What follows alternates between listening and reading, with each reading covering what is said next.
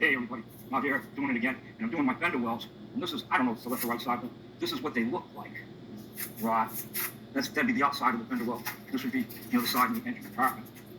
And, oh yeah, the My Pillow guy, you remember that guy I was saying, buy My Pillow? He helped me with this project, believe it or not. We'll meet him in a minute. But here's what I've done. I wire wheeled this, and then I put this rust prohibitive in here, and it's Dupli-Color rust inhibitor. When I bought it, I thought it was going to be black. And I was up and I thought, would they give me silver paint?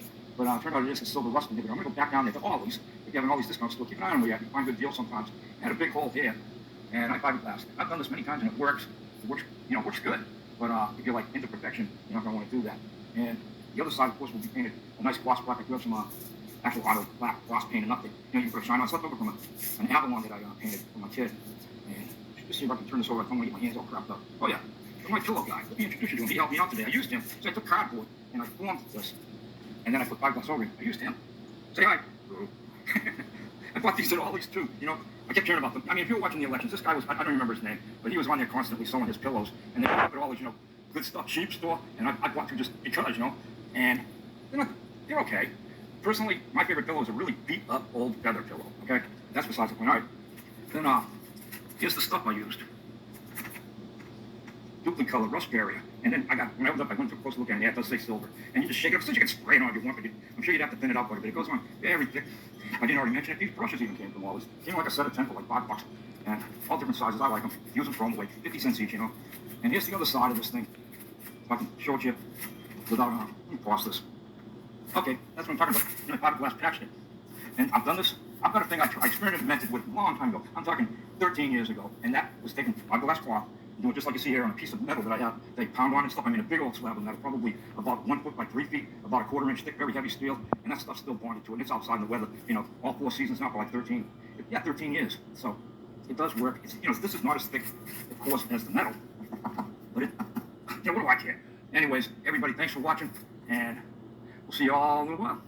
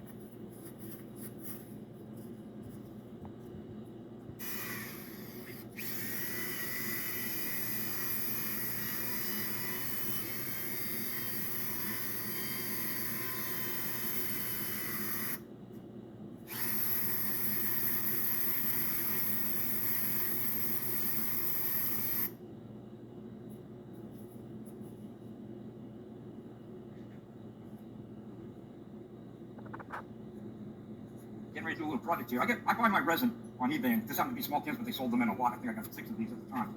Usually I buy by the gallon. If you buy it at Walmart or whatever, and if you pay them too much, use these brushes. I get these at Harbor Freight. I like the 2-inch ones, but if you're doing a bigger project, you might want to get 3-inch. Just saying. Okay, here's a good example of what I'm talking about. This here goes underneath the transmission, kind of protecting the flywheel. Actually, I should have another piece of oil on there, but you see that? It's got a big old rock hole in it. You want to buy one of these online? I got one, but I'm going to use the old one. I'll fix it. I'll show you what I'm talking about. Now, the resin, I already had it in here because it's kind of cool out here. Too cool, maybe, for it. So I warmed up the resin, and I warmed up the activator, or whatever you call it I forget right now. And I got the wrong bottle. This is tough to pause it. So I get the resin and the hardener, and I squirt it in here some. I've got that much in there. And then you just mix it up. It's pretty cool out here today, so this stuff, it won't harden that fast. But you got pretty good time to work with it. If you out and it's really hot. If I've had it harden on me before, I was done before. But there you go. So I got that. I take this, get resin on it, and slap it on there, like so. The foil's there just to hold the fiberglass cloth so it doesn't droop through.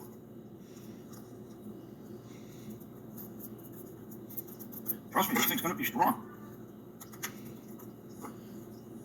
Put this in there. I do wear gloves when I'm doing this most of the time. Sometimes I forget because this stuff's, you get it on you, it's hard to get it off. You just add it in. When this project's going together, you'll see how it came out. You'll see what I'm talking about, how it comes out pretty good. Now she's in there. Pretty good. And then just slap it on.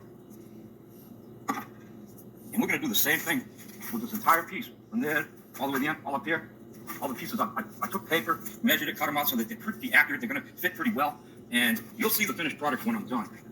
But we're not gonna film the whole thing, it'll take too long, and we don't have that. And so everybody, this is all gonna get spliced into another reel, and my daughter's gonna hopefully be able to make it look all good and great.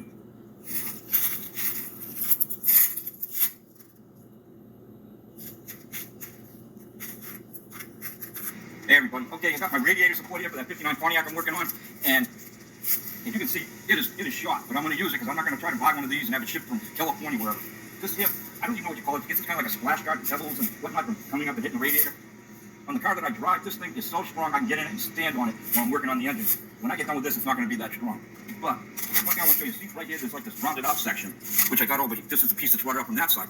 That is for your directional light that sits in the, the bumper. If you're familiar with these cars, the directional light has a long stem coming out the back, and they have to put that dimple in there so that it wouldn't be hit against the metal and get rubbed out.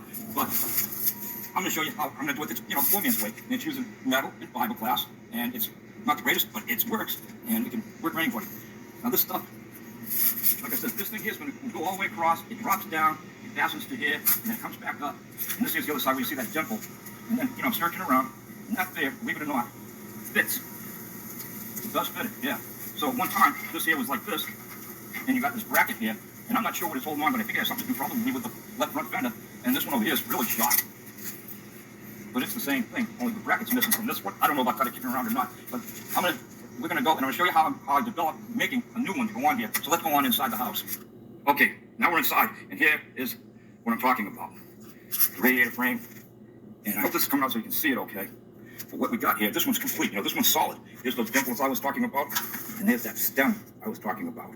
It comes out, and that's why that's there, so that thing isn't being, you gotta have. So all I did is I got a tape measure, and this thing is basically 10 inches wide. So this was simple, it's 10 inches, it's just flashing by 22 inches, rectangle. But then these pieces here, this one here on the other car, I worked with it with just fiberglass, but this is part on the other car. So I took cardboard and I made little templates. And, once you get these in, see, and you fiberglass this stuff, you can mold it. And when you're done, it's pretty strong. If you can make it strong enough, I could make it strong enough to stand on, I believe, if I wanted to, but I'm not gonna. And as a matter of fact, there's those brackets. Sorry I'm moving around so much. But you see down, I hope you can see down in there. You see down in there, there's that bracket, hold that light. And that's what I was just showing you, how this one's missing on that side. Gee. Right there, but it is holding, in this case, the right front fender on. So that's some more little manufacturing I've got to do. So you can do anything with cardboard and thin metal and fiberglass, and it will last long enough to get where I'm going if I even ever get the project done. But it's going to happen, and everybody, this is going to get spliced into another few videos and made into one big long video. So yeah, I hope.